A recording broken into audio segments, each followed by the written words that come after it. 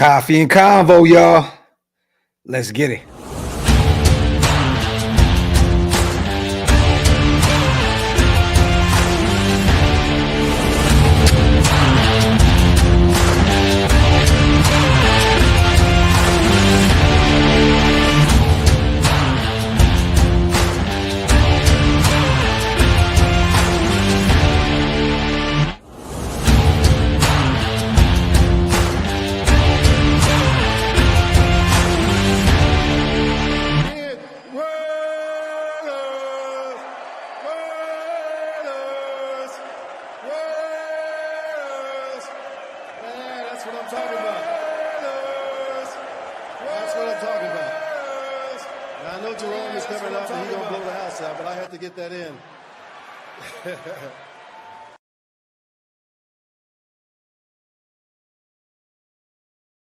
Yo, salute to everybody already here in the building, man.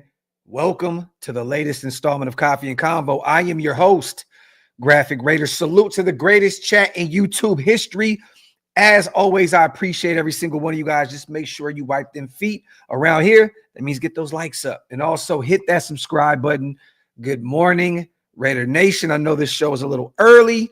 You know what I mean? But we chose to get one out the way because day 2 is here. I'm excited. I wanted to do another live last night after the 5-hour-long show. That's how hyped I am right now. We're going to talk about Ashton Jeanty. He is officially a Raider. We're going to talk about the best players available right now. And the list of players, you guys, this is actually crazy. Like, who could have thought? A lot of us in the nation were like Shedeur at 6, Will Johnson at 6.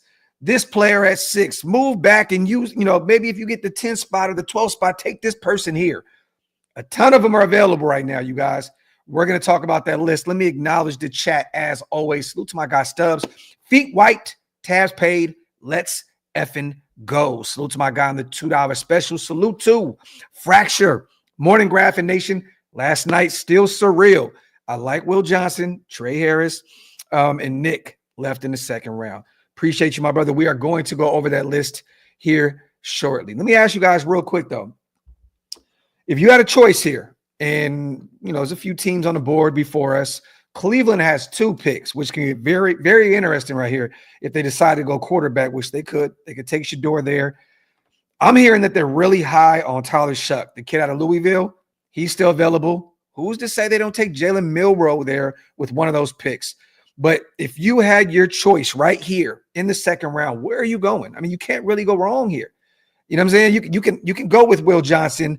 The injuries, kind of scare the shit out of me. But here in the second round is where you can kind of take a flyer on Will Johnson, because for a minute there and for most of the offseason, Will Johnson was like anointed the best corner in this class.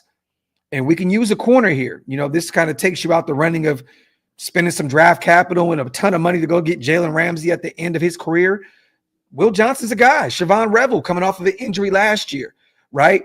Who is measurable-wise Pete Carroll written all over him.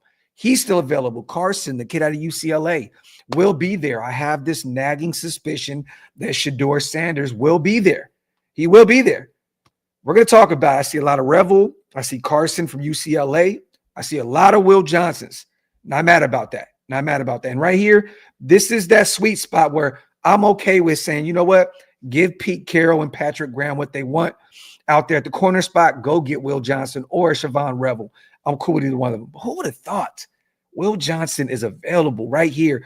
But there's also another guy that I would be just ecstatic if we can get this dude here in the second round, because you already got Brock Bowers, you got Jacoby, you got Michael Mayer, you added Ashton Jeanty to that offense.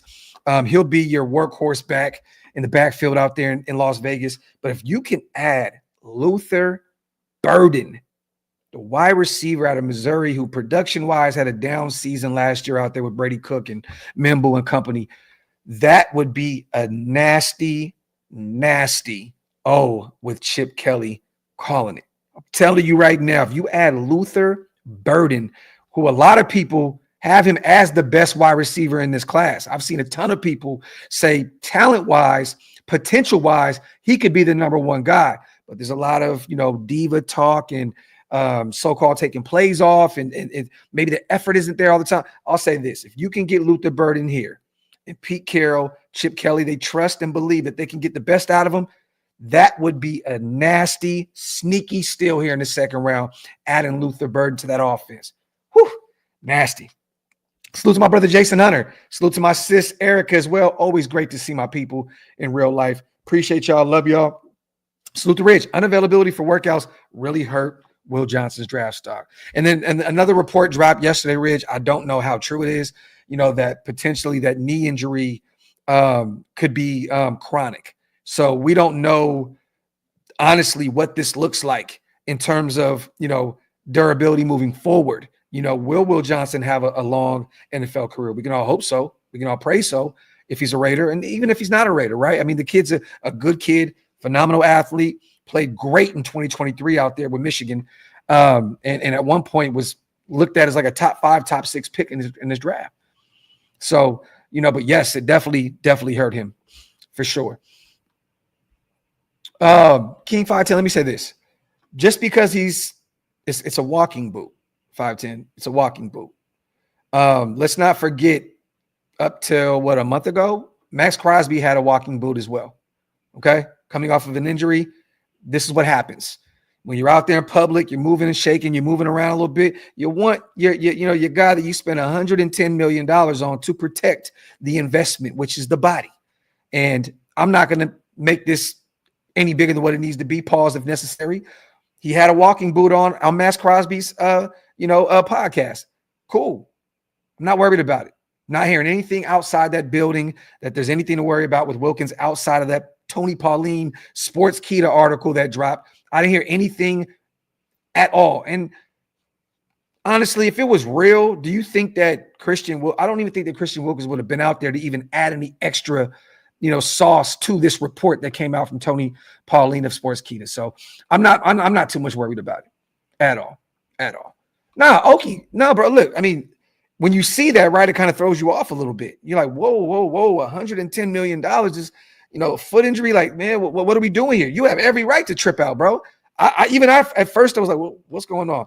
Sat back, thought about it. I'm like, well, protect your investment, which is your body. Take care of your body. You know what I mean? And he'll be all right. Until I hear anything, God forbid him, not showing up to training camp because of having a setback and so on and so forth. I'm not believing any of this shit when it comes to Christian Wilkins. Bray says, do you think that Sanders gets past us if the Browns do not draft him? Man, the Giants went and got Jackson Dart in the first round.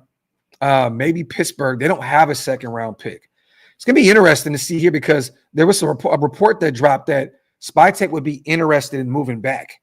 So let's just say Pittsburgh comes calling you guys. And they don't have a second round pick. They can offer us a third, maybe even give us some more in this draft class and move up and maybe give us George Pickens. If they want to go out and get Shedeur Sanders here in the second round, would you guys make that move? Would you take George Pickens a third, and maybe potentially something else? So this is a deep class and a ton of talent is just dropping. Some of these guys may be available there in the third round as well, you guys. So I have no issue going to get your wide receiver here, an extra draft pick that can roll over into the third. And guess what you can do with that? You'll have 2 third-round picks. You can get some offensive line help. You can get a linebacker. You can get a corner. And you can even add your quarterback there in the third round. So, we'll see. We'll see. But I really have this nagging suspicion, Rick, that the Browns don't want Shedeur. I think they're going to go another direction. I do. I think they're going to end up going to get like a Tyler Shutt or maybe even a Jalen Milroe, potentially. I think a lot of the Shedeur hype and the smoke has come down now. Cleveland's no longer on the board there in the top 5 anymore, right? The Giants are no longer there. A lot of this smoke has settled now. So there's no real need of the Giants can't play that hand anymore. They already got Jackson Dart, right? Pittsburgh doesn't have a second round pick. So they'd probably have to move some mountains in order to go up to get Shedeur. Then you got Cleveland there with 2 second round picks where, they could take Shedeur here and then still add, some firepower to that offensive side of the ball. They can add another receiver. They can go add some more to that defense. They already got Mason Graham, who's going to be a stud in the middle of that defensive line. But I don't know. I just feel like Shedeur is going to drop past Cleveland, even with those 2 second-round picks. I could be wrong, but I'll say this. If we have our chance at him in the second round, and once again, I'll say this again, if Tom Brady doesn't take him, it just speaks volumes of what Brady and company think about Shedeur at the next level. But if we do take him, could you imagine that? Could you imagine a few weeks ago us talking about potentially getting Shedeur Sanders and Ashton Jeanty in one draft? Crazy, crazy, crazy, crazy. All right, let me present this real quick, y'all. We'll go to ESPN. Best players available. Boom. Boom. Once again, man, salute to the chat. Salute to everybody here in the building. Appreciate every single one of you guys. Also, man, appreciate everyone that pulled up last night and made that stream what it was. Shield Moore, Honcho, Scout, you guys, man. Thank you guys for making it a legendary live last night. At one point, we had about 5,000 people in the chat, you know, with all of our platforms. You connected, man. So salute to you guys for showing up and showing out and making that, you know, making that first day very, very special, man. Salute to all you guys. So right here we got Will Johnson, best players available here according to ESPN. We got Shedeur Sanders there, right? Mike Green is an interesting name. This is a kid that is a polarizing kid, right? Led the league, led the college level in sacks last year, I think 17 and a half. You know, there was some off-field stuff that you know that came out that I think probably ruffled some feathers with organizations to kind of stay away from him. But Mike Green out of Marshall is a phenomenal athlete. This is a guy that could potentially be that spark plug opposite of Max Crosby for years to come if Malcolm Kuntz is not the guy, you know, after this 1-year deal that we brought him back to be. So, you know, Mike Green is an interesting name here. You got Nick there with the measurables. What is he, 6'3", 6'4", you know, big body safety. This is the guy that Pete Carroll would covet out of South Carolina. I would not be mad if they said, you know what, let's add him to that safety room with Jeremy Chin and Palomau and Trey Taylor. That would be an interesting pick there. You got Donovan, the edge. I don't think we looked there. Darius Alexander is a sneaky name, you guys. This is a dude that went to a small school, Toledo, but one of the best defensive tackles in this class. And if they let's just say there is some smoke, you know, to this Christian Wilkins situation. We just brought Adam Butler back. I wouldn't be mad if you wanted to go add another big body right there in the middle of that defensive line and you took Darius Alexander there. The dude is a stud.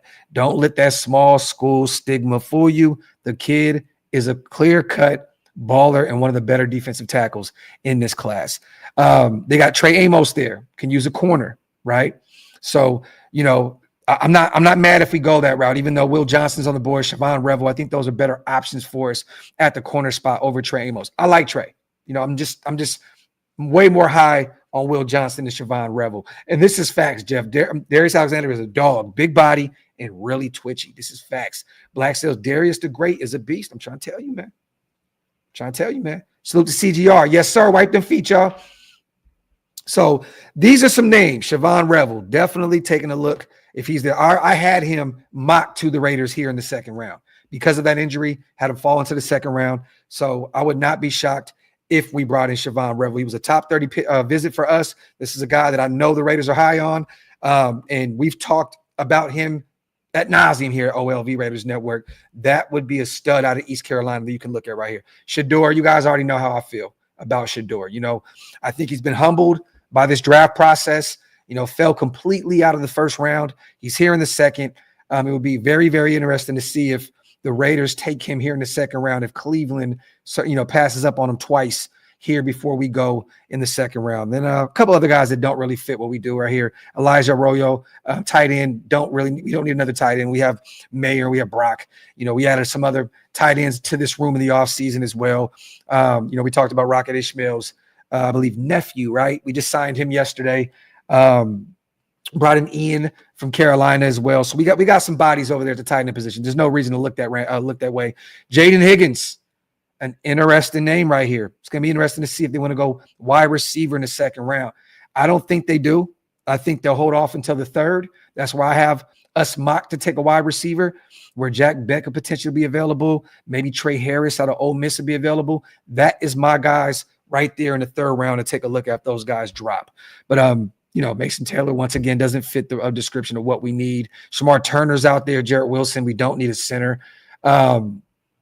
Looking Trey's there. Luther Burden. I would love if we took Bird right here in the second round. Would be interesting, man. You got Ariante Esri, Minnesota tackle. Would be interesting if with all that tackle talk there at 6, if we take a tackle here. TJ Sanders, another stud defensive tackle out of South Carolina. The slot machine, Jalen Noel, wide receiver out there, Iowa State. We got Jordan Birch as an edge. I don't think we're going to take him here, but I'm looking. Carson's there, another guy that we could take a look at. Jonah, a stud. That is a kid that I like a lot out of Arizona. He definitely looked different compared to everybody else at the Big 12 Pro Day when I covered it. And then you got Kevin Winston Jr. there, the safety out of Penn State. So there's some interesting names here. And then you go to the second, you got Shuck, which I think the Browns are going to have their eyes on him. You got always butcher his name, so I just call him Double O. UCLA, the edge rusher there. Caleb Johnson, we're not going to need a wide receiver. Benjamin Morrison, a running back. Benjamin Morrison here, another name to keep an eye on, y'all. I am very, very high on this kid. I'm a Notre Dame guy. I think he can be a number 1 corner at the next level. And then a few more names I'll mention right here. Thomas out of Florida State. I know the Raiders are pretty high on him. Corner fits what Pete Carroll envisions, as a defensive back.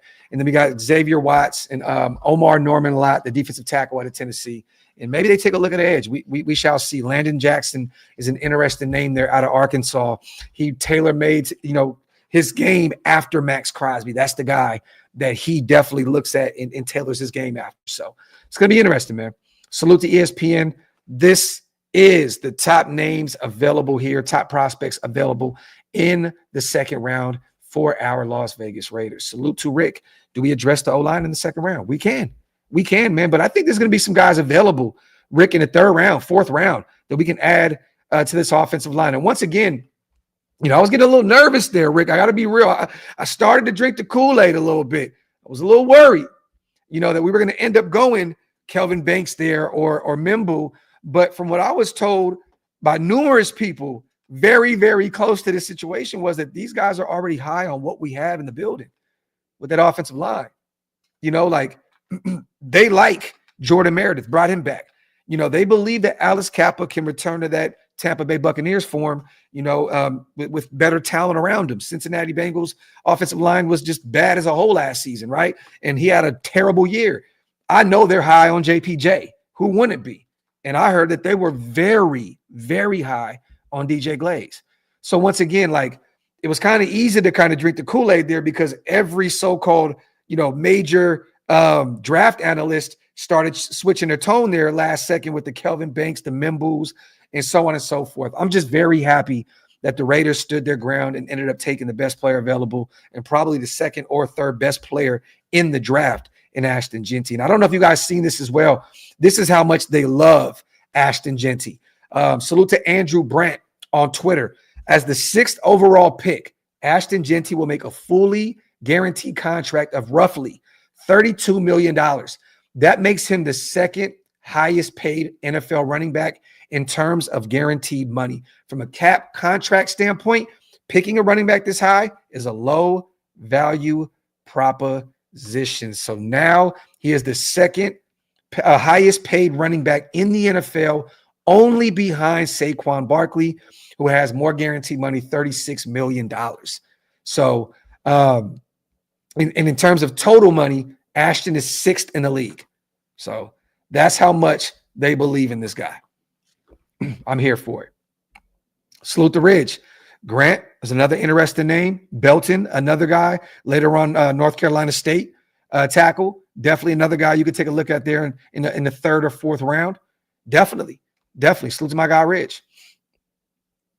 Wipe them feet, y'all. Hit them thumbs up. Dan, I'm not against it, man. Because at this point, if you think that he can be your future and you got him in the second round, you didn't have to move, any draft capital to go get him. What does Shedeur say to me, you guys? And this is no knock to him because I love and respect his family and the chemistry that they have and how much they go to bat for each other. What did he say to me? He said, hey, man, how do you think you guys are going to get me, man? You got to move Max and you got to move up. You got to move up to get me. Well, guess what? You're here in the second round, Shedeur, and we didn't have to do anything. So it's going to be interesting. It's going to be interesting. JC says Cleveland is taking Shedeur with the first pick today. I can see it. I can see it. I can see it. But it's not a for sure thing. They passed on him once. They can pass on him twice, and they can pass on him a third time there in the second round. But you never know. Maybe a team moves up to get him there. The Raiders can move up. You know, maybe Pittsburgh does, you know, throw a whole ton of draft capital to Cleveland here, and we see an in-division trade, and they come up to get Shedeur. But once again, don't put it past Cleveland to take Tyler Shuck there or Jalen Milroe. And once again, hey, if Shedeur's off the board, you guys, there was a lot of rumblings of the Raiders being really high on Jalen Milroe. And that's the only kid that you can justify sitting for the next 2 or 3 seasons. Honestly, I mean, is Shedeur going to sit there for the next 2 or 3 years? I don't think so. I just, you know, what comes with that last name is kind of difficult, right? Jalen Milroe, he is the player here. You know, Shuck is already up in age. What is he, 25, be 26 or some shit? Jalen Milroe fits the description of what we need right here. A guy that can learn behind Geno Smith, that Chip Kelly can mold into this next athletic freak at the next level. Honestly, if you pass up on Shedeur or Tyler Shuck here, I'm okay with taking Jalen Milroe if you don't want to go Luther Burden, if you don't want to go Will Johnson, and so on and so forth. So, you know, there's only one quarterback to me here, you guys, that is justifiable to sit for 2 seasons and allow him to learn, and that is Jalen Milroe. So if they take him there, not mad. Not mad at all. Once again, this is a first page on ESPN, you guys. These are the best players available. And I'll give you guys some comps. Salute to Matt Miller over here. He has Will Johnson, a big comp. Trayvon Diggs, Dallas Cowboys, superstar corner. He was the number 2 corner to Matt Miller here on ESPN, the 10th overall talent in this draft class. He's available here in the second round. You're looking at Mike Green once again, and I've seen this comp a lot. Matt Miller has Will Anderson Jr. Could you imagine getting a Will Johnson here in the second round? Kid who's been balling for the Houston Texans down there, 6'3", 251. I would love to take a look at the Marshall kid here if that's the move. Then you got, you know, Nick Amawari. This is a kid that's 6'3", 6'4", 220. Miller has him as the number 1 safety in this class and has his comp, Derwin James Jr. This kind of lets you know here, and everybody has their different comps, right? But this lets you know how much talent is still available here in the second round. So those are some names to look at. And then once again, Darius Alexander. This is a stud, 6'4", 305, big body, just plug and play on that defensive line. That would add a ton of juice there on that defensive line for, you know, Leonard and company, Rob Leonard and Max and all those guys. So it's going to be interesting, man. It's going to be interesting. But I would not be against taking a look at Will Johnson here in the second round with our first pick, if he's available. Salute to Hug, man, my motherfucking dog, gifting a $50 splash. My boy, man, the goal in this draft is to find players with high character that can have an immediate impact on your team and show they're the best amongst their peers. If you come in here with your boohoo blanket, you're going to sit and reflect, period. I don't give a F. Salute to my brother Hug in the building. As always, love, my brother. Appreciate you for everything that you do for the channel, my brother. Salute. And I agree with you, man. I agree with you. And there's a ton of guys here that are available here in the second round that have a ton of high character. Regardless if you guys don't think so, I do believe that Shedeur has a high character. Will Johnson has high character. You know what I'm saying? There's I've heard great things about Nick, the safety out of South Carolina. You know what I mean? There's a ton of talent here with high character. You know what I mean? The Mike Green situation is something that's you got to keep an eye on with the, you know, sexual assault. I don't know the ins and outs of that situation. We don't know, but I know that, you know, Mark Davis isn't going to play that. You know what I mean? So if there's any truth to that, that's the reason why Mike Green is falling and falling. Salute to Hug, my dog. I appreciate you, my brother. Real talk. Wipe them feet, y'all. Hit them thumbs up. If you guys are not subscribed yet, what are you waiting on, man? Make sure you hit that subscribe button. MJD, why? Because he's short. That's a terrible take. Who said that? Who said that? Jeanty has the same power as Tomlinson, and I think that's a way better pro comp than MJD. And that's no disrespect to Maurice Jones-Drew, but I think it's more of a Tomlinson situation, more of an Emmitt Smith situation compared to a Maurice Jones-Drew. Salute to Jesus, my guy. Salute to Raider Deb on the $10 holla. I had a feeling since last season that we were going to get Jeanty. I got shit from people for wanting a running back at 6. I couldn't be happier right now. Give me Luther, Burden, and Milroe, and we'll be 3 for 3. Salute to you, sis. Appreciate you on the $10 holla. As always, man, I couldn't even imagine what Luther Burden will look like in this offense, honestly. And if Milroe dropped to the 3rd round, could you imagine bringing him in and having a couple packages designed for him in that offense? This can be a disgusting years down the line with Burden, Brock, Jeanty, Milroe. That shit's not even fair. Salute to Raider Dead. Kid Raider, I'm going to be one of them. I'm definitely going. I'm getting my Jeanty jersey immediately. I'm going to ask you guys, if we get Shedeur here, who gets number 2? If we get Shedeur here in the 2nd round, who gets number 2? 1st rounder? 2nd rounder? Who gets number 2?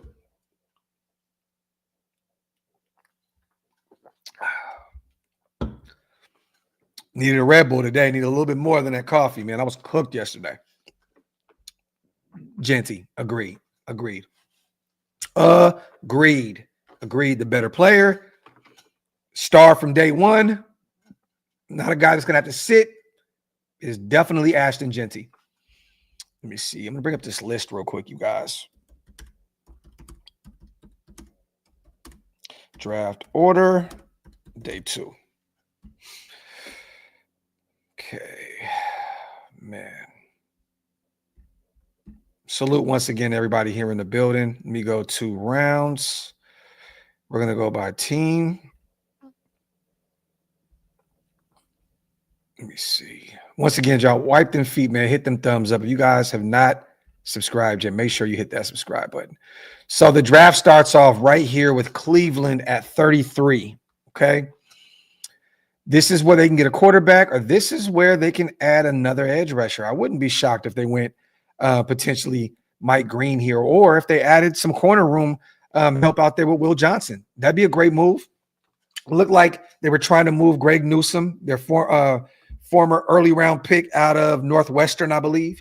So maybe they're looking for some more corner help out there. Will Johnson could be the pick. He could be the pick. Shedeur could be the pick.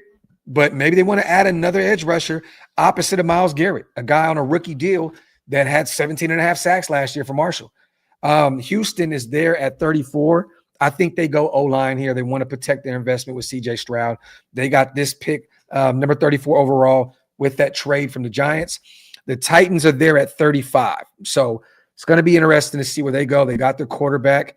They got Calvin Ridley. They got Tyler Lockett. They have Trey Burks, the kid out of Arkansas that I was really high on a few years ago that hasn't really panned out at the NFL level yet. But maybe they go get him some help here, another wide receiver. Maybe they get another running back to add to that room, to add to that group. It's going to be interesting. Maybe they add some defense out there in Tennessee. But then you got Cleveland back at pick 4, 36th overall. So the Browns are really the wild card here, with 2 picks right here in the first 5 picks.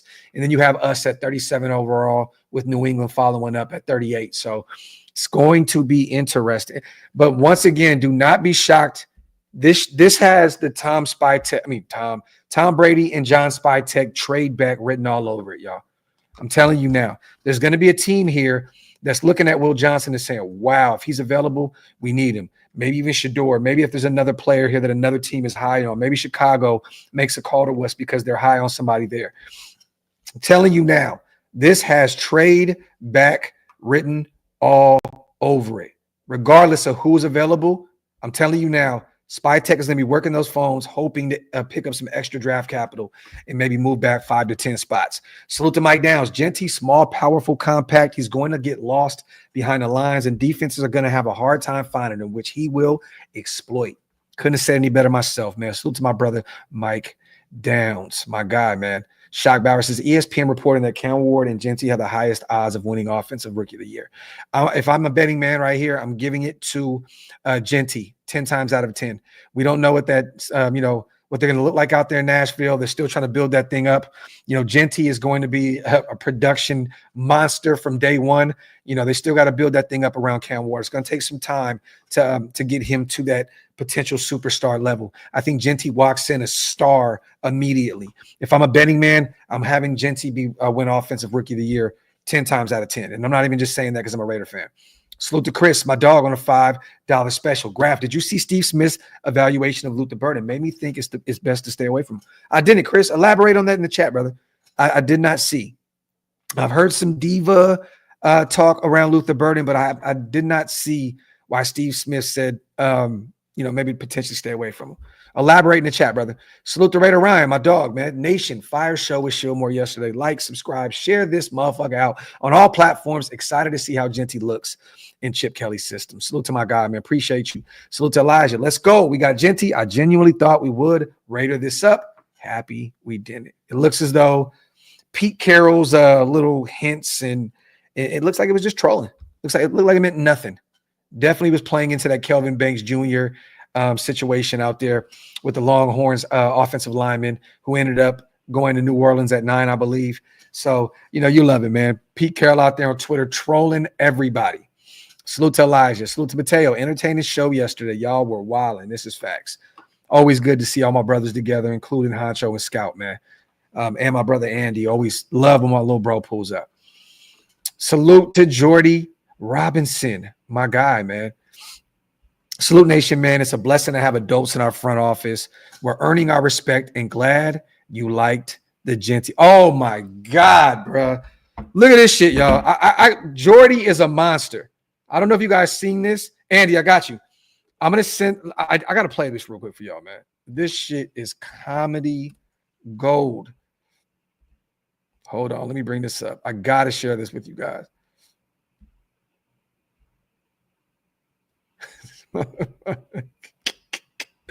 Yo, this shit is hilarious. All right, present this. Boom. Boom. Anybody who knows about the classic Boys in the Hood will know all about this.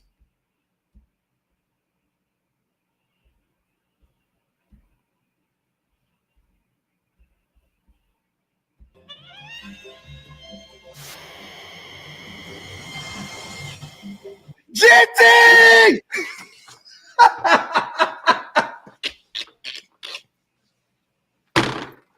Jordy, you are a fool, bro. You are a fool, bro. Anyone who knows about this classic scene, Ricky! Yo, Jordy is a maniac for that, bro. Oh, my God, dog. Holy shit, man. Salute to Savage. Oh, shit. You think Carlson's going to give up number 2? Oh, you got to give that up. You got to give that up. Love Carlson. You got to hand that over, man. Hand that over, man. Give that to Jeanty. I keep forgetting that we have, our kicker has number 2. Yo, that shit is comedy, man. Salute to Jordy, bro. Ricky! Deb says, wait, I need to slap that on the Instagram story. Oh, my God, bro. Holy shit. That is hilarious. Salute to 2-4. Is Wasted going to be a negative Nancy today? No, he already got his way. We got Ashton Jeanty. That spoiled brat will be okay today. He's traveling. He'll be in Atlanta. He'll be in the hotel live today. So I think he's going to be cool moving forward. I think we got our guy there at 6. So I think he's going to be fine. I think he'll be okay. Let me send this over to Andy, get him on the show. Salute to little bro.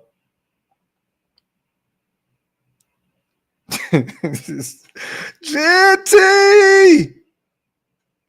Oh, my God. Hold on. Let me send this over to my bro. Little bro, check your phone. All right, cool. That is hilarious, bro. Salute to Lumpkin. A young running back with no O-line is not a great move. Here we go. I love Jeanty, but we will always struggle with a horrible line. How is this a horrible line, man? And I seen Dan Orlovsky, or however you say his name, dude that sucked as a quarterback at the NFL level, say the same thing. You know, they have a terrible, O-line, and blah, blah, blah. No, we don't. We don't. The O-line got a lot better last year, when we moved on from our former offensive line coach and Luke Getsy as the coordinator. Got a lot better when we moved on from it. Got a lot better when we put JPJ there at the center spot. Got a lot better when Colton Miller's shoulder got stronger as the season went, progressed and got DJ Glaze. What are we talking about here? Everybody got to keep, hey, man, you know what? Keep sleeping. Keep sleeping on this O-line. Keep sleeping. Keep sleeping, man. DJ Glaze is going to be better in year 2 at right tackle. We got a healthy Munford back. He can be, somebody that can help us there on the outside and at the guard spot. Jordan Meredith is a stud, and he's cheap. We're going to be all right. Melissa, I think Jeanty should take the 32. Whoa. Salute to Mikey, my brother in the chat. Giving that Marcus Allen treatment. Marcus Allen was on Twitter and Instagram speaking very highly of Ashton Jeanty. We shall see. Salute to my little bro, Andy in the building. Yep. What's good, bro? Yo, what's going on? How we feeling, man? Day 2. I'm excited to see what we do today, man. I was looking at that board, man. There's so many good players left. Like a lot. Yeah. We'll see. We'll see how it falls. There's only 5 people picking before us. Yeah, but Cleveland has 2 of them. So yeah, well, we're only worried about Cleveland getting a quarterback. That's it, right? Yeah. Unless somebody decides to trade up, because Cleveland is in business moving back. They're not tricked. Like, they know they have a ton of holes on that roster. I could see them potentially move back again. Yeah. I could The Saints, Pittsburgh, still a few teams out there that can use a quarterback here. Yeah, I was looking at the vlog that Shedeur's, brother dropped or some shit. Mm-hmm. Bro, that man Shiloh thought that we were gonna take him at 6. Yeah. I was like, come on, man. Bro, I told you, bro, Shedeur told me, you guys gonna trade Max to go Yeah, that was crazy. Yeah. I also seen the video that was hilarious, bro, when Shiloh was like, bro, if you're dropping, where the fuck am I gonna go? Oh yeah, he's undrafted, easy. Oh yeah, bro. That he's practice squad from day 1. I don't know why. What? There was no way that was gonna ever be anything. The only person that was a surefire first rounder was Travis Hunter. Well, I'm not gonna lie. I didn't expect Shedeur to drop to 2, but let's put it surefire top 10. It was only Travis. Yeah, you talking about Colorado boys, right? Yeah, out of the Colorado person. And I like Shiloh. He's a little undersized. Durability is an issue with him, but hey, if we brought him in as a UDFA to come add some, a spark plug to that special teams unit and a backup safety, I'm not mad. Salute to Jason. No one is ever going to be satisfied. Fucking toxic. Shaking my fucking ass. My brother Jason. This is facts, bro. Facts plus tax. Salute to Raider Ryan, man. I'm going to catch up on these supers and stuff before we get little bros take on the second round. Salute to Raider Ryan, gifting 5 OLV Raiders Network memberships. My dog, man. I appreciate you, my brother. Salute to all the new Green Dot Gang in the building because of Raider Ryan. If you want to become a member, you missed out. Hit the link. It's pinned up top. Salute to Larry. I thought the Falcons were big brain last year drafting Penix, but after seeing their trade this year, it seems like they really have no idea what they're doing. Glad the Raiders have betrayed. Yeah, man. They moved a future first-round pick to go get – who was it? James Pierce, bro. Atlanta is like you're not in win-now mode. Like, what are you moving – and I understand that they're high on Michael Penix, so they're probably not looking at a quarterback next year. But, let's not act like he hasn't had an injury history and that things can happen. It's a better quarterback class next year. I don't know why you would want to part ways with a first-round pick to get James Pierce. Yeah. They just got 2 new edge rushers. They also lost their Didn't they lose Grady Jarrett in free agency? I don't know who's in between the tackles there or in between the edge rushers anymore. I don't know who's their defensive tackles anymore, but I think they added who added another? Didn't Grady go? Did he go to Cleveland? No, I think Grady went to like Tennessee or something. I don't even remember, but he signed like the same Chicago. day within, like, Good Chicago.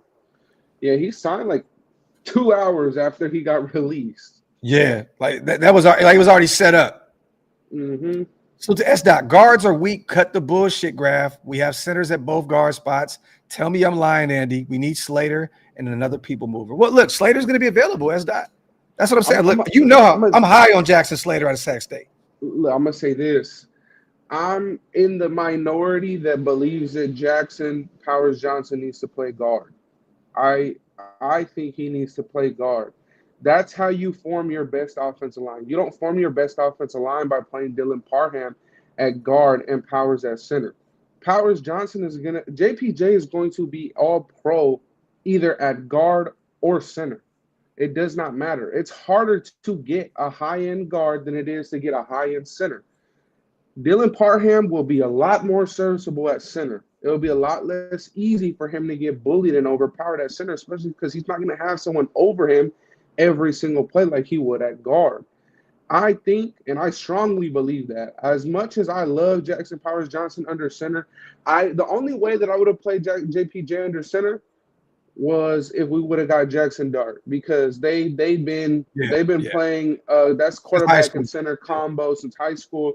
I think that would have been perfect. But I honestly, today, without us getting any offensive linemen in the draft, I honestly think that our best offensive line combination is Colton Miller, JPJ, Dylan Parham, Jordan Meredith, and then you throw DJ Glaze out there to start. But that's without us having making any moves right now. Yeah, I highly disagree with you, but I understand the thought process behind it. I just feel like center, bro. Like, we got away with Andre James for like 4 or 5 years, bro, and he's bad. And I've been saying this, like, Andre James was never good. People like to say that, in the zone gap running scheme, he's good. No, he was just smaller than all the other centers in the league. So we assume, smaller. It's a gap scheme now. It's not a man-on-man scheme where he has to overpower these tackles. He just kind of has to move them out the way so that the running back can go around him. Bro, he's ass. And we dealt with that for years. Dylan Parham at center is an immediate upgrade to Andre James. Oh, yeah, for sure. If you put JPJ at guard, bro, that man is – I don't know a guard better than JPJ right now at the left guard position. I mean, Quentin Nelson, you could say, is up there, but that man I feel like is always hurt. So who knows? But I'm in the minority there. Now, do you think Parham is going to be a great? Is he going to be a guard for us this year? And if so, is he going to be a backup now moving forward? I think that, like Spytek or Kiro said, I honestly do think that Dylan Parham and JPJ will battle for the center, and then the other one was going to get moved to guard. So I think regardless, there's going to be a combination of Miller, JPJ, and Parham. I mean, the question is on the right side of the line. That's the question marks is on the right side, you know? Yeah. I do understand the take of DJ Glaze bumping into guard. But then at that point, although I do like Thayer Munford, it's like, are you just throwing him out there to right tackle? Like, we clearly know that at left tackle, he's starting caliber at left tackle. I think Munford's going to be that rotational Brandon Parker type guy now that can give you some reps at the guard or the tackle spot if need be. I don't think that he's going to be a starter moving forward, but he can be a guy that can come and give you some reps here and there, like that utility guy that every team has. I get it. I mean, I didn't do too much work on tackles. I know that everybody was high on what's his name, Dalton Wagner last year, and the year before that. You know, like he's like a monster. He's like 6'7" or something, and like 360 pounds. 6'9" or some shit out of Arkansas. Yeah, dude's It's like built different. Trent Brown type shit. But I mean, Yeah. I really don't know. The offensive line doesn't necessarily scare me though. I mean, I think that the offensive line is serviceable. I Yeah. think what people kind of this was my justification because everybody knows that Ashton Jeanty was the number one running back in this draft. Mm-hmm. Everybody knows that if you're looking for a playmaker in this draft, there's realistically two guys on the offensive side of the ball. It Yes. was Travis and Jeanty. On defense, it was undisputedly Abdul Carter. Everybody Abdul knew Carter. that. Yeah. Mm-hmm. But if you wanted a playmaker on offense, you had to get one of those two guys. We got one of them, right? Yeah. That's great. Mm-hmm. But I don't think people understand that, bro, that doesn't just help the run game. Like, that helps Geno Smith so much. Like, Yep. so much. It also helps the fact that our offense is going to be balanced again. Like, we're able to give a high dosage of run, high dosage of pass. But Hawk it and also allows, like, we didn't have it for the last year and a half because Jacobs was out, but it allows you to also feed the hot hand when GT does get hot. You can just hand him the ball, yep. and people that played offensive line understand that offensive linemen love run blocking. They Yeah. love it. Like there's nothing better than run blocking. When you get an offensive line in that groove to where they have someone behind them. If you hear anybody talk about the Tennessee Titan days with Derrick Henry when they were like that unit for 3 Yeah. years, Yep. those offensive linemen, they didn't want to pass block. They were like, let's Yeah. run block, and Derrick Yep. Henry is going to do the right thing. Taylor Lewan talked about it.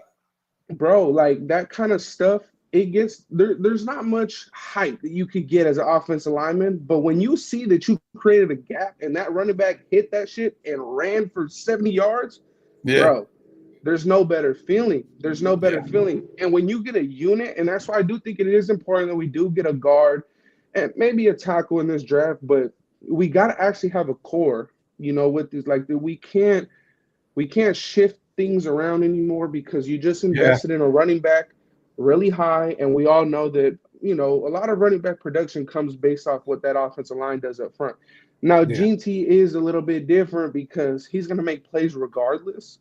Yeah. But I think that we got to have some consistency on the offensive line. So if JPJ plays center, keep him at center for the rest of his career. If he plays guard, keep him at guard for the rest of his career. No need to move anything around. But in terms Some of this continuity, man. third You just round, saying continuity there at the offensive line. But in terms of this second round, I don't want an offensive lineman in the second round or third. I don't want an offensive lineman in day 2. I don't think you need to. Yeah, me neither. I really don't think so. And I think here there's 3 positions you really need to look at. It's corner, it's wide receiver, and personally, I would also look at safety, depending on who's there. If Nick Emenwari is there at 37, maybe, 5 or – oh, no, there's only 4 teams ahead of us. If, 4 of those teams, one of those 4 needs a safety, well, and they take them, but that'll be interesting. I just think it's crazy to be able to go into the season with Polamalu, who's 6'3", 4? 4. Fucking Jeremy Chin, 6'3". Yep. And then if you threw Nick Emenwari in there, he's like 6'4". Crazy. I don't know. Maybe that's just getting too much into like la la land, but that shit is crazy, bro. Like, to think about that would be insane. And if there would be any defensive guy, it'd be able to be Pete Carroll to be able to find a way to have all 3 of those guys on the field, but also produce. Like, yeah. Well, I mean, Polamalu, he can always slip into the nickel. I mean, Chin can slip into the nickel here and there as well. There's definitely a way you can play all 3 of those guys together a lot. Yeah, I would prefer Polamalu on the nickel than Chin. I think that Chin. I like Chin in the box, man. I like seeing Chin. Yeah. I think that, and I wasn't a big fan of this, but to be honest, I think that linebackers in this class, I think that this is a really bad linebacker class. Like, there's a reason why Campbell went 31 last night. We know him as the consensus number 1 linebacker, but that's not saying much because he has like no competition in this draft. He has he has the UCLA kid Carson's but nice. Demetrius Knight out of South Carolina is nice. But you're right. but I honestly feel like Demetrius Knight way too flat-footed. I think guarding running backs at the backfield, he's gonna get cooked. That's my take on it. I honestly think that Carson, maybe in year one, you may get the most production depending on where he goes. Yeah. Than Will Campbell, but Will Campbell is automatically gonna be a good player because Jahad Campbell. Yeah. What did I say? Will Campbell? Yeah. Jahad he's gonna be a dog because he's on the Eagles and they have everything over there. So. Bro, you can get a linebacker later. You can get Kaiser out of Notre Dame. You can get Woodard out of UNLV, which I know they're high on. You can get a guy later in his draft. Yeah, I honestly, at 37, I think the 5 guys I would target at 37 would be Trey Harris, Will Johnson, Siobhan Ravel, Luther Burden, maybe Jalen Milroe. Bruh, those are the names. And that's crazy because outside of Jalen Milroe, like, all those guys were supposed to be gone. Yeah. Yeah. Like, I mean, but there was talks of Pittsburgh taking Milroe at 21, though. That's crazy, you know. Like, and I will say this. I think that the Bears are gonna snatch up Travion Henderson at 39. Yes. Like yeah.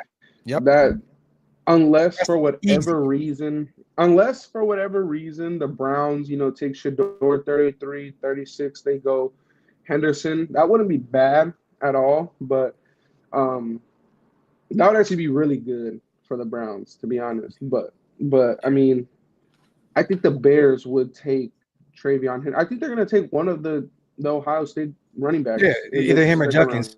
Yeah. Salute to Fox, man. DB or LB here. Milroe in the third. Shedeur is out. If Milroe's there in the third, I have no problem taking Jalen Milroe and having him sit for a few years. No issue with that. I mean, you guys have always known I've always been a Milroe over Dart guy. It's been my take on it. I'm not a Milroe guy at all, but I understand the fascination that people have because of the athleticism, the measurable, the arm talent. It's just he has to put it all together. The way that I've looked at it, and I was looking at it in the sense this was before we got Pete Carroll. I was looking at it as when we still needed a head coach. I felt like it was easier to sell a high-end, smart, offensive-minded head coach on we're going to give you Jeanty and we're going to give you Milroe in the backfield, and you do something with that because those two are phenomenal athletes. Yeah, yeah. And I think in this case with Pete Carroll, if you were to get Milroe and you have Jeanty, obviously Jeanty is going to be playing, Milroe is going to be learning. But I mean, I think in these 3 years that he started with Seattle, Geno Smith has missed a few games. He's missed like 3, 4, 5 games. So, has he? Yeah, he has. I don't think he's played all 17 every season he started. I'm pretty sure Geno has missed a couple of games here and there. Let me look. I'm looking right now.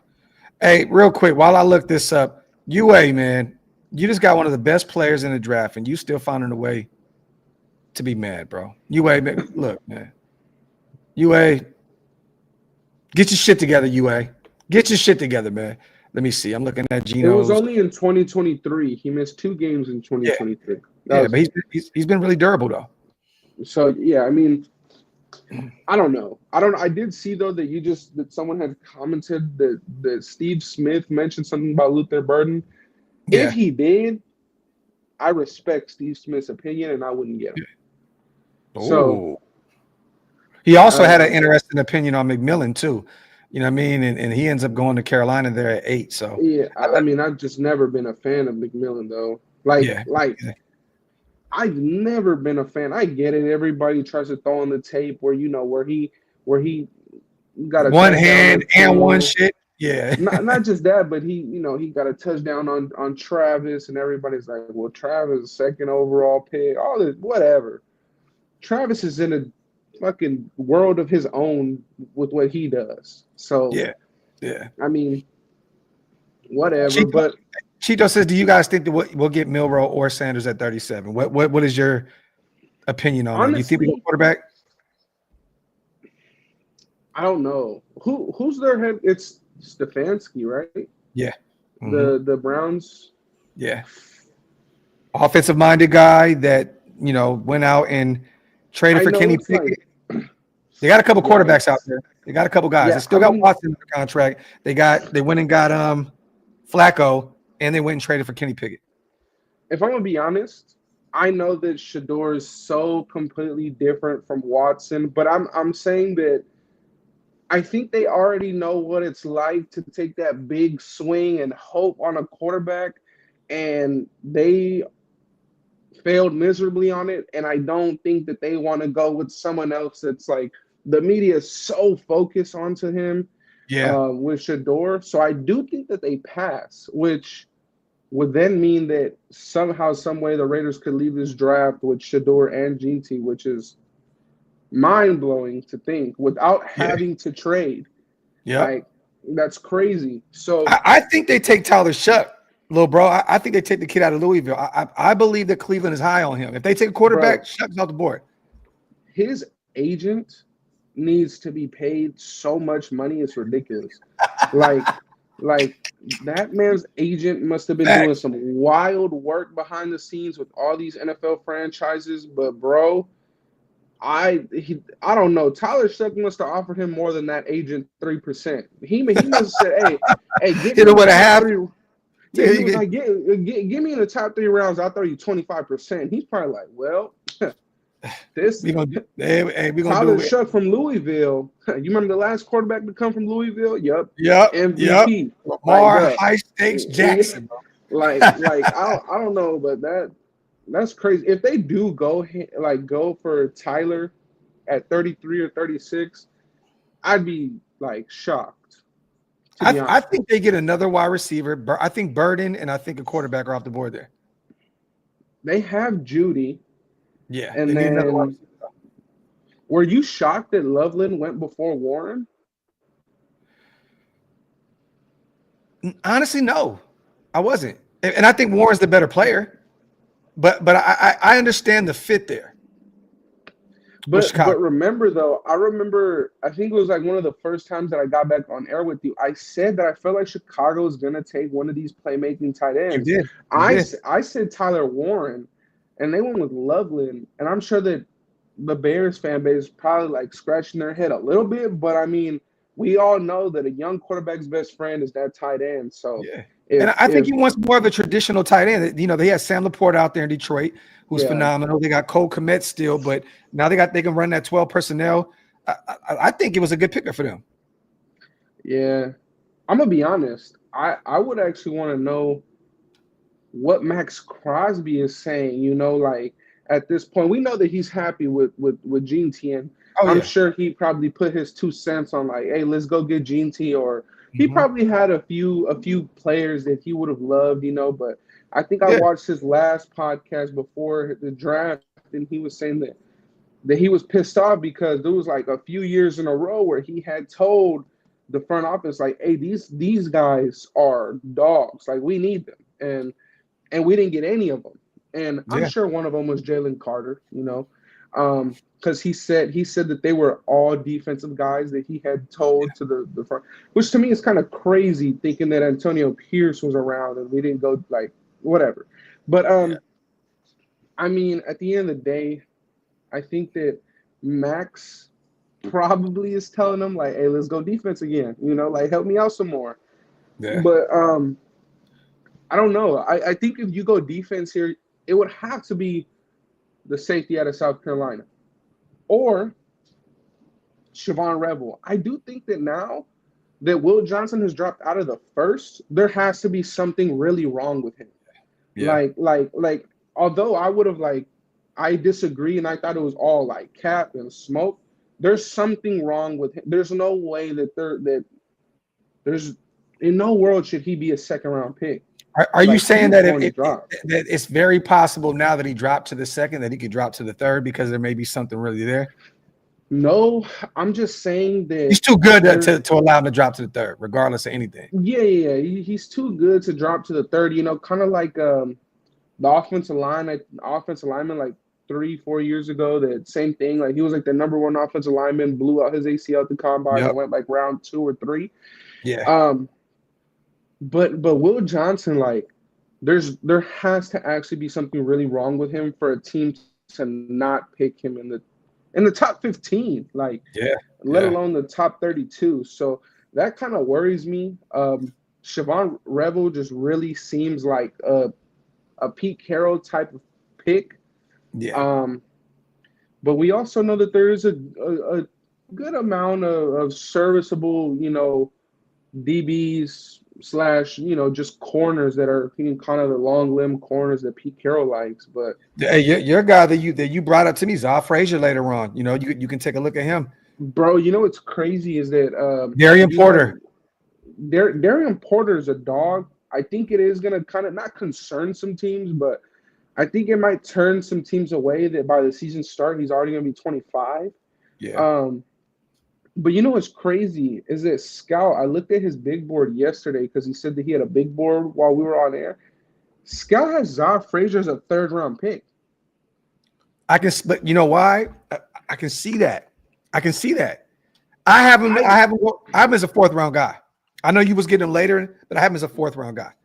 I had him later, but then when he ran that 4.3 at the combine, I was like, well, there it goes. Like, he's moving up the board. But I mean, what's confusing to me is that if you look at it like statistically, Noah Williams from Cal he's had more production than Zaw Frazier, but he ran like a 4.59, and it didn't help him.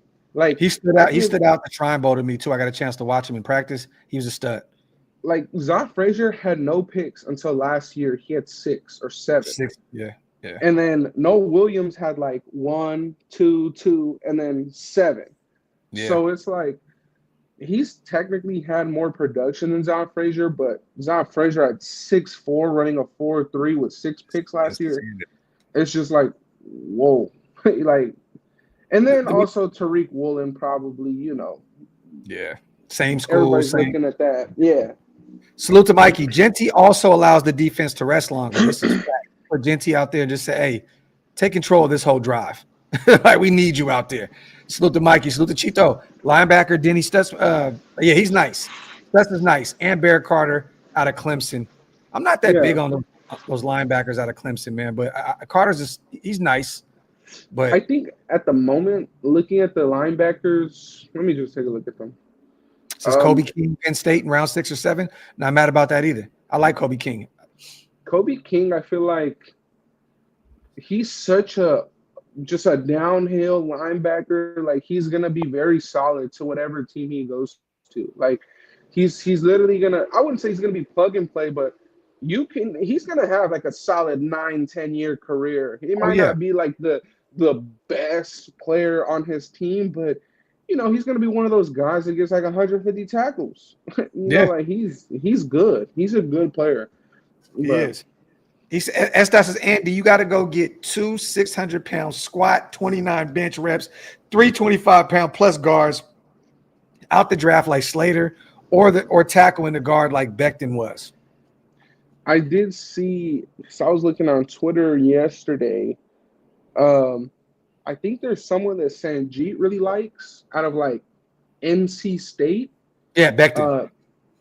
Anthony Belton. Or Belton. Something like that. Anthony Belton. My bad. And like I watched a little bit of him. That he moves really well. Like he moves really, really well. He's a big frame. I think the only reason why he's projected to play guard is because of his wingspan, but whatever. But back to the linebackers, like the only linebacker that's even available now that I would take would be Carson, and then I would take Chris Paul Jr. in like the 4th if he was there. Yeah. But he won't be because there's not many good linebackers this year. I think Chris Paul going to 3rd. I think he'll be going to 3rd round. That's kind of where I had him most of the time. So do you think that all Carson, Barrett Carter, Chris Paul Jr., and Demetrius Knight all go today between rounds 2 and 3? I got 2 of them going today. It's going to be Carson, and it's going to be – who did I just mention? Carson and Chris Paul Jr. Yeah, I got Demetrius falling, and I have Carter falling too. Yeah, I'm not a big fan on the corners this year. I do think that there's a lot of really good safeties this year, though. I think there's a lot of good safeties and running backs. Like, I think that the safety class this year is really good. There's gonna be another run on running backs in this. Today's gonna be crazy. There's gonna be 2 runs on running backs. Watch. Look, I know we got Jeanty. I would still go get another running back. Oh yeah, for sure, bro. You have to. I'd add another one later on. Look, man, if you leave this draft with Jeanty and DJ Giddens, good luck. Boy, I'm telling you, that shit will be disgusting. A says, I think we're getting Shedeur or corner Amos or Siobhan Rebel. Salute to my guy on the $2 special. I feel like if you go Ole Miss here, you got to go Trey Harris at this point, though. Like, if you go and get one of these Ole Miss guys, you got to go Trey Harris. Like, he can play on the boundary. We need that. Like, I understand that we could put Jacoby out there, but Jacoby does so much dirty work in the slot. Yeah, he helps so much in the run game. You can't move him outside. Like, you can't. And I think Trey Harris at the moment is probably the best receiver. Actually, no. I think Kyle Williams is the best receiver. But Kyle Williams, he's 6 foot, right? 5'11", 6 foot. Yeah, but he's going to play in the slot, and also, I mean, Kyle Williams probably going to blow out his ACL again. Like, God, yeah. So it's like whatever. Did you see that Tez Johnson is like 153 pounds, bro? Yeah, bro. Look, I'm always out on Oregon wide receivers anyway, but bruh, there's no way. There's no way. Like, how? Yeah, crazy, bruh. I don't know how that's gonna work. Salute to S. JPJ squat 500 pounds, which is cool. And he benched 33 reps, but should stay a killer center. Dalton needs to be a guard because he has guard legs. Salute to S. He is the trench god over here at OLV Raiders Network. Salute to Q as well. He says, don't sleep on Xavier Watts and the safety out of Texas. They can be free roamers in the back end. I love Xavier Watts. And the kid out of Texas is nice too. I wouldn't be against bringing in either one of those guys. For a second yesterday, I thought that the Broncos got Golden. I got him mixed up with Golden and Jahdae Barron. I was like, damn, they getting Bo Nix, Matthew Golden. But then I was like, I'm not Golden with Green Bay. I know, but then Jahdae Barron, Patrick Surtain, that's pretty nice. That's pretty nice. Guess what? That's why you have a Jeanty on your roster. Just run the ball down their throat. Bro, Jahdae Barron tries to tackle Ashton Jeanty. He's getting trucked smooth over. Like, hey, yo, Chito, I like that. He says that the Browns are loading them picks up to go get a Lar or Arch Manning, which, Arch probably may not be coming out, but a Drew Allar is going to be a lot better out of Penn State this upcoming season. Watch. This is my hot take for next year's draft. Drew Allar is not going to be a first-round pick next year. Wow. Bro, so he decides to go back to school because he has a bad playoff game, and he probably wants to go back and build up his name a little bit. And he don't even get drafted in the first round. That's just my take. If he does, his arm strength with the measurables. If he does, it's gonna be similar to a Jackson Dart where it's late in the first round. But I don't think he's gonna be a first round pick next year. He'll be a top 5 pick. Salute the Pace on a $2 special. We could bet money on that. Let's do it. Which one? Let's just do a simple dub. Sure, easy, whatever.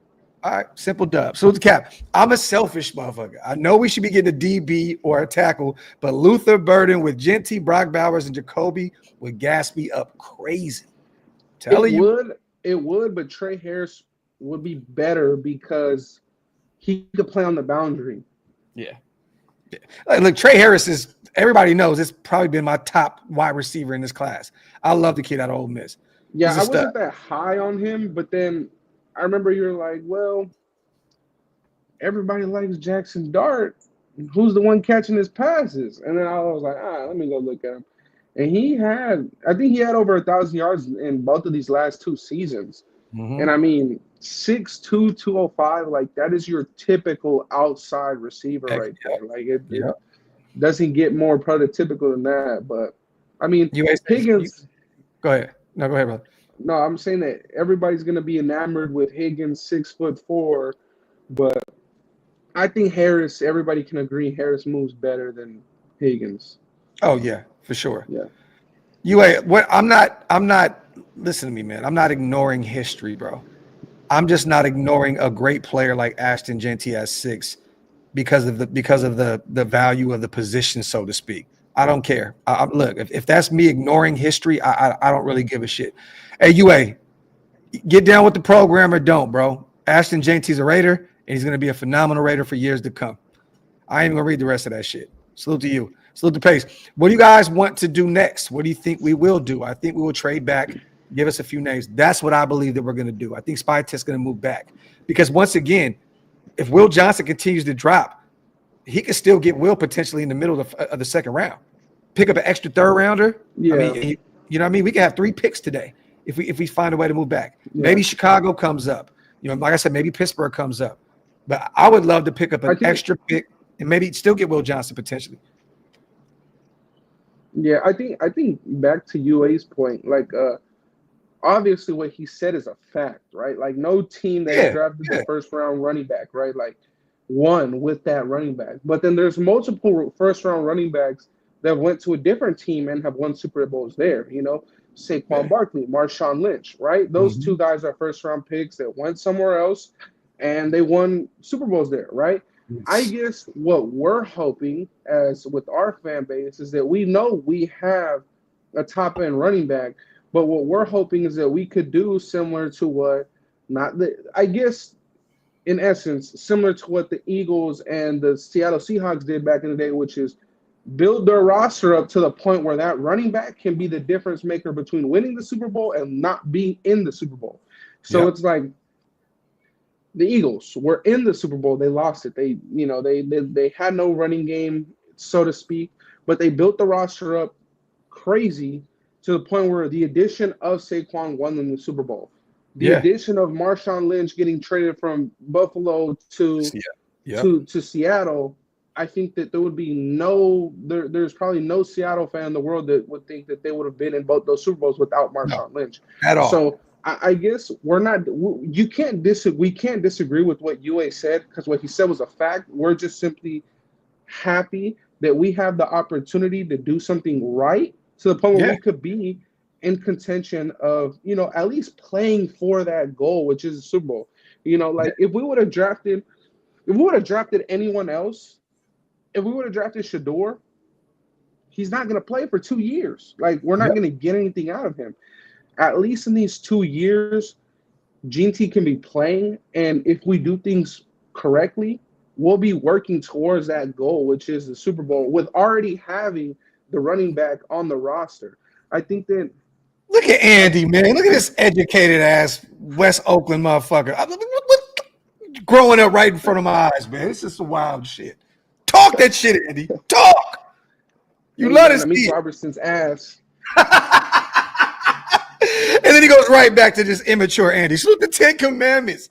What are your thoughts on Walker, the defensive tackle for Kentucky? I like him. 6'7", big body. Another guy you can plug in on that defensive line. He'd be phenomenal. There's so many guys every year, man, that like you look at their frame and you're like, oh my goodness. You look at their talent, their top round picks just by their measurables and their talent. But there's so many guys that fail because their situation is just not where it needs to be. Like, players like Deion Walker and Shamar Stewart that went to Cincinnati yesterday. Those guys need to have the perfect system around them to succeed. And I don't mean players-wise. I mean coaches-wise. Like, coaches that can actually get these guys developing to where all these athletic and physical traits get used to become superstars. Like, okay, let's put it this way. Trent Brown, massive, humongous. He was like a 5th or 6th round pick. And then wasn't he a 7th? Regardless, 5th, 6th, or 7th, he was a day 3 pick. But then he becomes at one point the best right tackle in the NFL, the highest paid tackle in the NFL. And that was because he was in great situations from the Niners. He was going from the Niners to New England. Historically, very good coaches on those teams. Like, you have to go to great situations. I think that Omar Norman Lott from Tennessee, yeah. that man has the upside of a Chris Jones. He can also be horrible in the NFL. He can be really bad in the NFL, but he can be amazing. Like, he can really be a top tier defensive tackle. I feel the same way about the defensive tackle from Toledo. I think he can Derek also Alexander, be. he's nice. I feel like Yeah. he can also be a phenomenal pass rushing defensive tackle. But they had to go to great situations. Like, at the end of the day, kind of like I agree with you. where did Jelon Walker went to with He went to Atlanta, right? Didn't so he Atlanta went with go? Raheem Morris. That's a great situation because that's a great defensive minded coach. Mm-hmm. If we would have drafted him, it would have been the same way. Great defensive minded coach. But then if he were to go to, I don't know, if the New York Giants would have traded up for him, where they have an offensive minded head coach, it wouldn't really have worked as well, in my opinion. That's what I think. Same with Carolina, where some people had him mocked earlier. I don't think it would have worked as well. I think in Atlanta it's going to be great. Yeah, facts. Salute to Ant on the $2 special as well. Appreciate you on the donation. Salute to Silver and Black Mindset. Why not trade it back a bit and get Milroe and also get more capital to get your receiver or your DB? I'm with you, Mindset, on that. Definitely, I'm with the trade back. Pick up an extra third-round pick and let's double agree. up. I think if you trade back, though, no more Trey Harris. Like, I think Trey Harris is going by Dallas at 44. Think so? I think that's his worst. I think that, a lot of people have Trey falling into the third, which I was shocked. I'm like, how the hell did that happen? Look, I think that Trey Harris,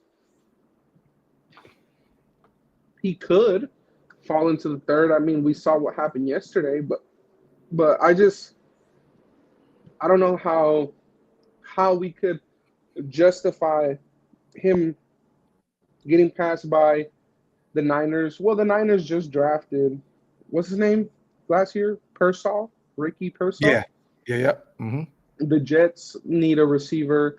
The Saints kind of need everything. The Bears, they're all right at receiver. The Patriots need a receiver. They got Stephon Diggs, but they need a receiver. Yeah. The Patriots very well could take Luther Burden, though. So we'll see. Yep. Salute to Berserk. If Sanders is there when we pick, I think there's no way he goes any later. I know we're talking him, but would y'all be happy? Or I'd be ecstatic if we took Shedeur. I love it. You got your future. I think that this is what many people are looking with the Shedeur pick. Value-wise, whoever gets Shedeur knocked it out of the park because value-wise, they're getting a quarterback that will start in this league. Getting a starting quarterback in the NFL in the second round is already great value.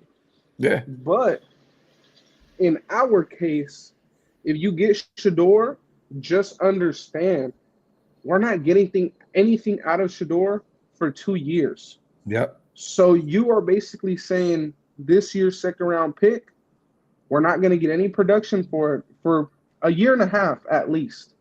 Mm-hmm. Right? So I think we need to understand that when we talk Shedeur. I'm good with it because we're thinking about the future for once. I'm cool with that. I think that, to be honest, there's no better situation than for him to go literally back up a quarterback that has seen the NFL, the ins and outs, who has also gone in the second round and it didn't work out because of also had to sit in another place. Like to be honest, it's the perfect world if that were to happen. I think as a fan base, we just gotta remember he's not playing. He's not coming in to be a superstar today. Yeah, it's not happening. Yeah. But guess what? 2 years time, we have a quarterback on a rookie contract that's going to start. Yeah. Now, will it suck that we only have 2 years at that point before we need to pay him a lot of money? I guess, but you got him in the second round. Like, you can't complain at that point. So I agree. Hey, Ant, I like that kid out of Boston College. He's a little undersized, But I think we go get an edge rusher later. I don't think we get one this early. I think they want to see what Malcolm Kuntz has coming back from that injury. And Hey man, we still got Tyree Wilson, for the edge former top rusher in pick round there. 3. Huh? I'm all for edge rusher in round 3. I'm not against that. But once again, you still got Kuntz on a 1-year deal. You got Tyree Wilson, who developed a little bit last year. He's still a top 10 pick that you're trying to figure out what you're doing with him. I don't think necessarily you need an edge rusher in round 2. Yeah, UA. no, you. Salute to my guy, UA. Salute to El Cheeto. If we trade with Pittsburgh, I'd be hot. They only got a third. If they get Shedeur, they're going to have a dynasty script rights. Going to be crazy. Hey, man, shoot us over that. Shoot us over George Pickett, man. We talk. We talk, Cheeto. Salute to my guy. Salute to Miles. People sleeping on Nick. Dude's a freak and seems like the Raiders brass loves him. Hey, man. Oh, I thought he meant Nick Scorden. I'll be all away from Nick Scorden. No, he's talking about South Carolina safety. Eamon Warren, yeah. Salute to Niles. Appreciate you, sis. Always coming through and blessing us. Would you trade up with Browns for Will Johnson? I'm not trading up for a guy that has a lot of question marks around him, or he may be there for us at 37 anyways. And if not, Siobhan Rebel will be there. Yeah, exactly. I think the only team you got to worry about is Houston and the Titans. But yeah. But either way, one of those corners will be on the board. I think so. And if not, Trey Amos is there. There's other guys. There'll be other options there. Salute to Gio. Whichever quarterback we get this draft or next, we'll get to sit, develop, and eventually walk into a situation with the prime Bowers, Jeanty, and 2 to 3 spy tech draft money. Gio, talk that shit. I'm sure Jordan Love didn't love the situation, but yeah, he walked into a situation where he played 1 year and got $250 million. Valley Podcast, thank you for mentioning my guy too. Benjamin Morrison is another guy. Have you got a chance to check him out? Notre Dame? He's a really good. I think he'll be gone by our pick in the 3rd. But look, to me, he just screams Los Angeles Rams. That's McVay had that boy out there playing like an all-pro, bro. Hey, look, well, how about this, right? Crazy scenario. How about this? Let's say we take Shedeur at 37 and trade our 3rd round pick, and we brought Ramsey. I'm not moving the 3rd for Ramsey.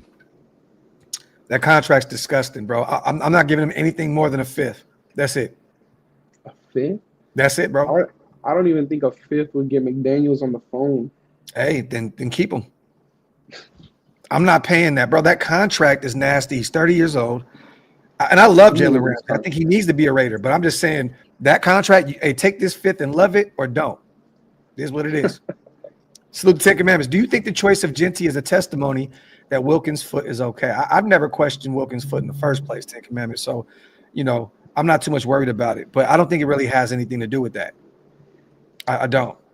Yeah, I don't know. And once again, Mason Graham went before us too. Remember that. So. Yeah.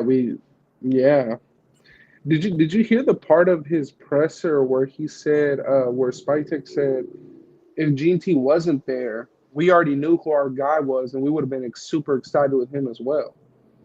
Wait, what was it?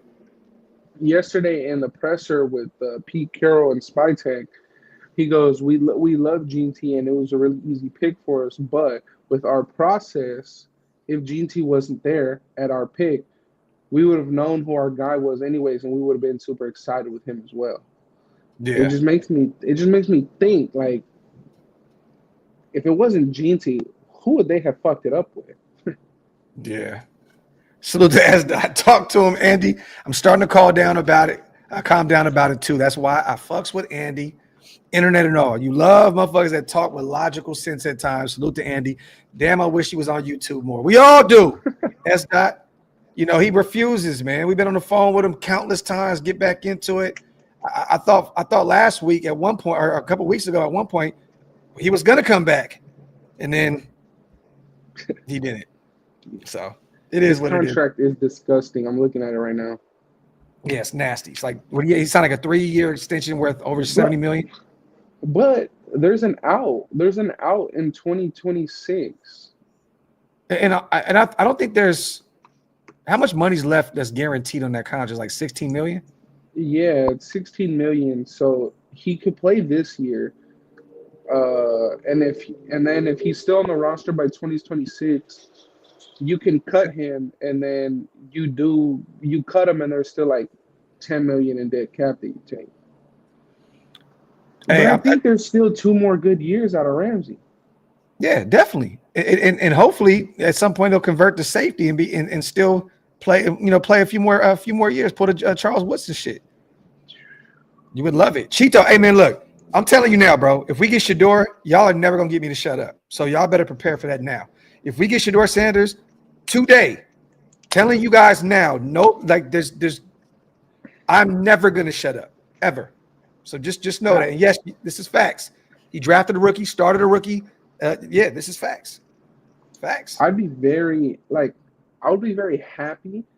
I just really would wonder, like, how would it shake up our locker room though? Like, we just invested in Geno Smith, and we gave him an extension already without him even taking one snap. Geno has done this before. If any quarterback in the NFL can deal with this, it's Geno Smith. I get it, but how motivated though at that point? You just got only a 2-year extension. How motivated are you at that point, knowing that the team that you just traded for you invests a higher pick than what they traded for you on a player that you know is going to replace you most likely in 2 years when your guaranteed money comes out? How about this? Like, play great, and you don't have to worry about it. But play great, and then what? Get traded again? Play out of your mind, and Shedeur sits. just play out of your mind, bro. Mind you, he's 34 years old, Andy. Like, you know what I'm saying? Like, he's gonna get up there in age a little bit. Like, I know he doesn't have a lot of a tread off his wheels because he hasn't played every step of the way, right? But look, man. Hey, the thing is, you want to have the strongest quarterback group possible. And yeah, you need that. Yeah. This is my thing. I want Shedeur. I want him. I'm just trying to think of every outcome there is. No, I agree because what I've said this before. The fan base is going to trip. Let Geno throw a pick. People are screaming Shedeur. Yeah, Geno can go out there and throw for 400 yards, have 5 touchdowns and 2 picks, and those 2 picks, Shedeur. It's going to happen. Look, that is the reason why I think he didn't go round 1. Literally that. Because any team he goes to, any team, he throws a pick or he has a bad game, it's no longer press conference and boom, everything's behind the scenes. It's press conference, and then his older brother got a camera in the locker room, and then his older brother got a camera at his house, and then his dad coaching Colorado at his press conference in Colorado after answering questions about his son in the NFL. And then I think that there's that. I think that nobody can argue with how well he could throw the ball and all those things. I think it's that exactly why a team didn't want to put a first-round pick into Shedeur. Like, everybody knows he could throw the football very well. I think all the nonsense about him not having a strong arm is nonsense. Like, I think it's bullshit. Like, Shedeur's a great player, but I think that teams like the Browns at 33 are not going to want to deal with, damn, bro, Deshaun Watson, this bullshit. We already have enough around him. Yeah. And then we get Shedeur, and then his fucking brother is going to be, just recording everything we do, and then they're going to be making YouTube videos, and then Shedeur, anywhere he goes, is walking on eggshells from day one. Oh, yeah. He can't be him. He can't be him. Like, if he says something that, for whatever reason, someone takes out of context and posts a clip, oh, he's a bad teammate. Oh, he's this. Oh, he's that. Nobody he's ever played with has came out and said that Shedeur's an asshole. Ever. But it's literally the media that's going to drive his stock to fall, which we saw. And we're watching it right now. Yeah. And it's crazy. So do I think that Pete Carroll, while he's trying to build a culture with Tom Brady and John Spytek, is he gonna want that? I don't know. I also think that I also think that that's why Mike Tomlin didn't pick him. Like, Mike Tomlin has got Pittsburgh so under control that if Shedeur comes in, I gotta disagree with you because they got a guy out there they're trying to bring in Aaron Rodgers that is worse. but it's not though, because if you bring in Aaron Rodgers, the worst thing that's going to happen, he's going to go on Pat McAfee shows talking about how much drugs he took that weekend. You look at Shedeur, you know Aaron Rodgers is only going to be in the league 2 more years. Tops. Shedeur has 10 plus years in him. So it's like Mike Thomas probably like, fuck, like I got this franchise under control. I've been doing this longer than Shedeur been alive, and now he's going to come in and his whole fucking family is going to have something to say every week. Oh, he's dealt with it. Pickens, I mean, Antonio Brown. I mean, Ben Roethlisberger had some problems. He's done it. He's dealt with some of it. Now imagine Ben Roethlisberger, Pickens combined. That's what he's gonna get with Shedeur. Like it's a hard situation because of what the media is doing to him, not because of what Shedeur does on the field. Which is what it should be. Like it's bring Shedeur home, man. Bring Shedeur home, man. Bring him to Vegas, because I think that there's no better cast than Tom Brady, Pete Carroll, and Max Crosby on the field that will be able to keep him in check. Like, keep your outside life your outside life. This is now the NFL. Like, this is professional football. Simple play. And that's it. Tom Brady, the relationship there, you know, he's the first one to sign his first NIL deal with Brady.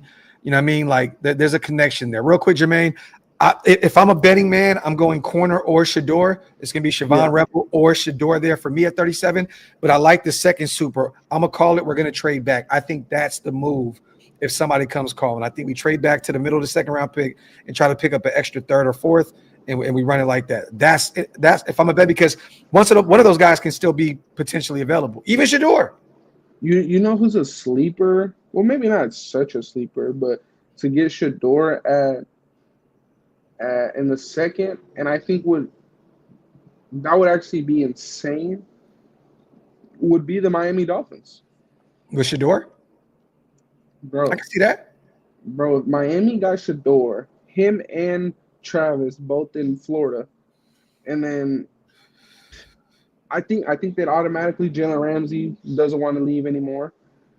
I think that Tyreek Hill, all that gets put to rest. Like, say what you want about Tua, but I think the best place for Shedeur, and people may trip out, is the Rams. You go to McVay, you sit for a year or two behind Matthew Stafford, you come in, you have one of the greatest coaches, one of the greatest offensive minds in football that always finds a way to have a top defense in the NFL. And I think that would be the best spot for him. You can go to LA. It's a big media place where you can sell everything. I think the Los Angeles Rams would be the best spot for Shedeur if it's not with us. Look, man, I would be very pissed off, but the NFL's the NFL. What if the Niners were like, hey, man, Brock Purdy? Oh. Don't do that. Purdy, yeah, it's like, what if the Niners were like, hey, Brock Purdy, you trying to get paid? I'm going to go get Shedeur. I got to pay him for 4 years. Yeah. You know, the crazy thing is, too, man, that, you know, which maybe he'll be happy with, you know, with Shedeur, is the fifth-year option is no longer available. Yeah, bro, but that's the thing. Like, for him, that's great. Like, he's literally going to sit for 2 years, play 1 season, and will be eligible for an extension. Bag. Yeah. Yeah. Hey, Jordy says, we're trying to give Andy free money here, man, via supers and shit, but he's playing games. Shaking my head. Just show up and crash out like wasted. Salute to Jordy, man, my guy. Salute to Raider Shield. My boy Nav, man, I think it's very likely Sanders knew he was not going to go in the first. That's why he was not at the draft. Dion probably made those phone calls a theory. I just think that they do things differently. I think that they would rather do the family thing and do what they do. I don't really think I think they really believed he was a first round guy. Honestly, I don't think that there's. I see a lot of people say that, Nav, that, like, you know, Shedeur knew he wasn't going to get drafted. And I don't think there's anything to that. I think that he thought he was really, truly a top 10 pick and that he wanted to just celebrate at home with his family. Bro, people do what they want, man. Jalen Milroe was in the green room. Like, what was he doing? Yeah. For real. God, that's crazy. Rico says, what do you think about Teddy Buchanan? That's another linebacker I like there in the later rounds. Out of Cal, they were comparing his combine to being very similar to Fred Warner. Bro, He's a stud. Former UC Davis product, transfer to Cal, stud. Cal has got some sleepers. Yeah, bro. Safety too. Woodson. I like that safety. You know, they got Williams at the corner spot, Teddy Buchanan. They got some sneaky defensive players. Facts. Salute to El Chito. I bet the GM that felt belittled was the Browns.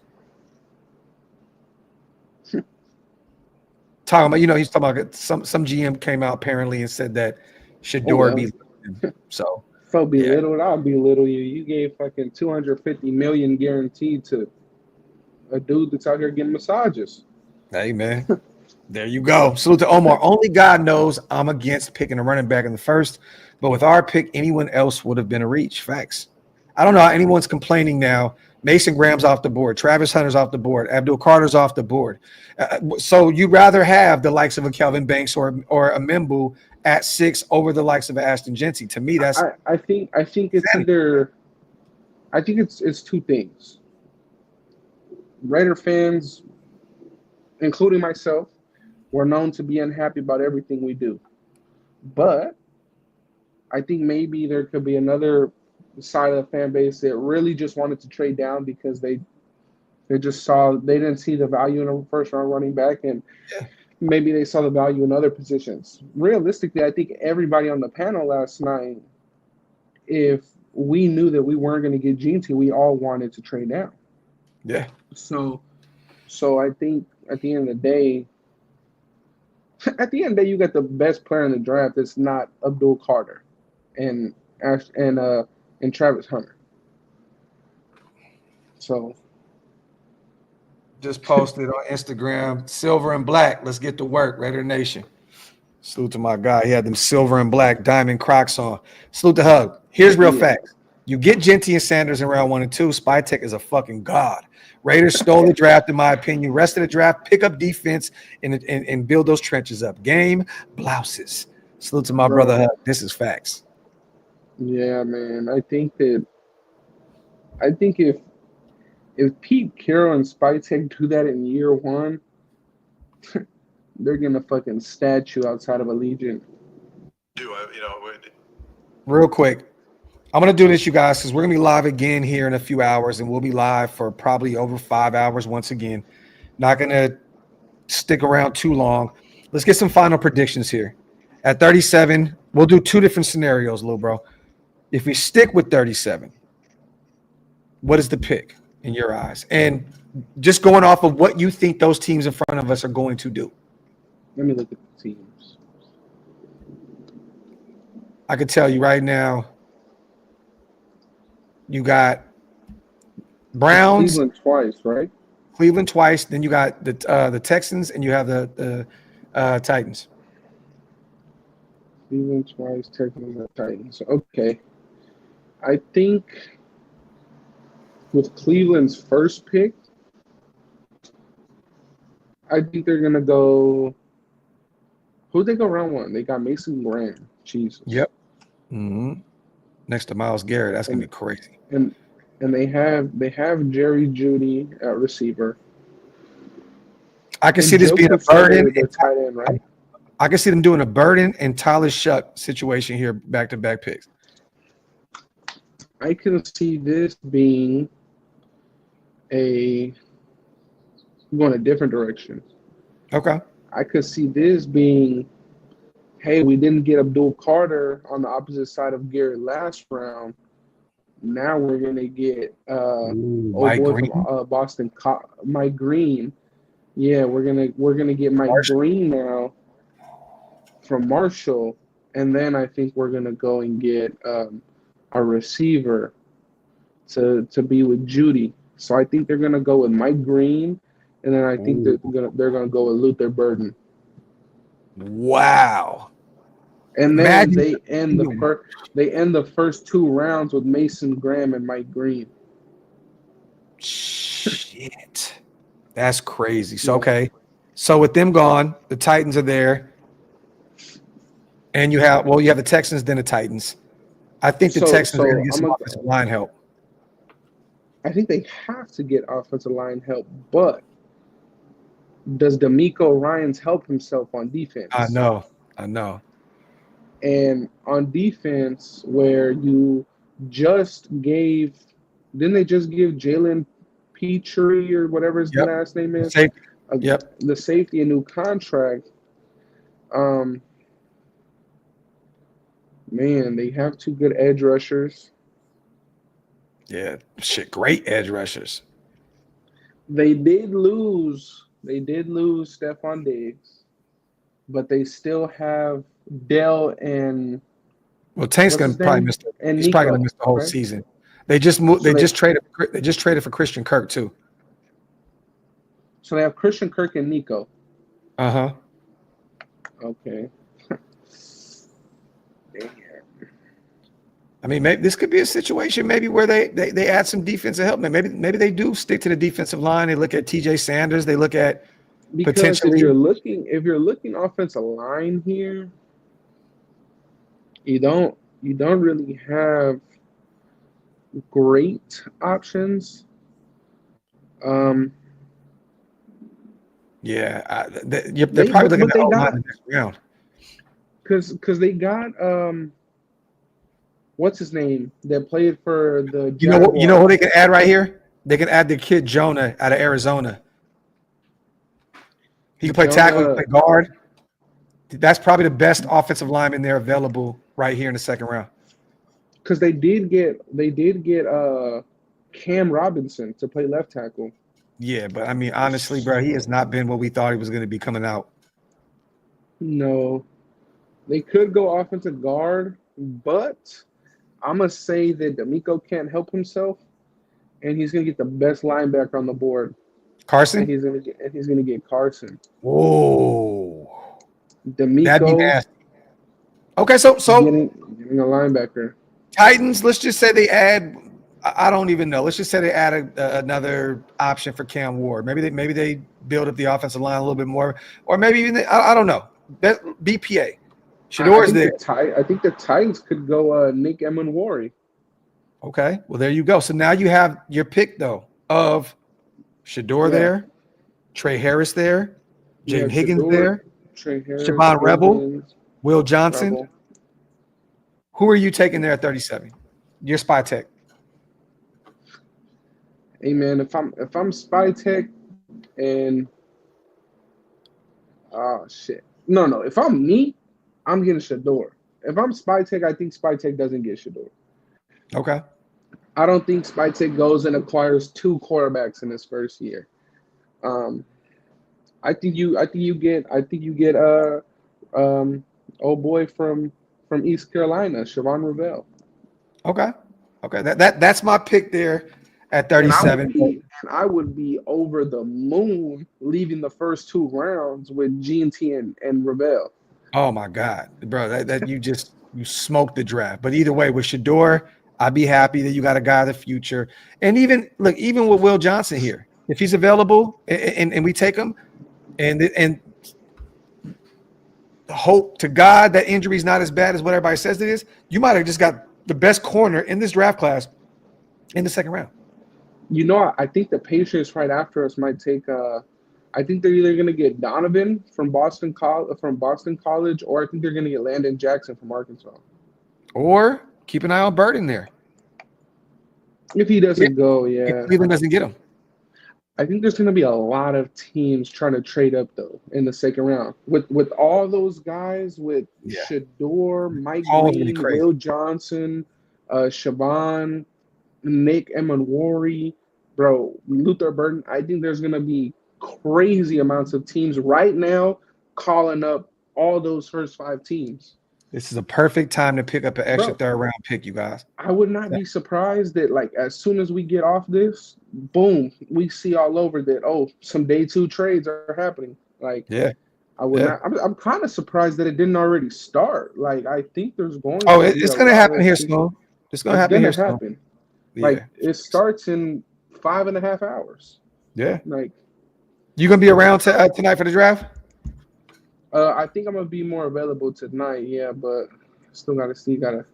run some errands. I don't think I'm working super late tonight, so All right, well, let gotta me know, bro.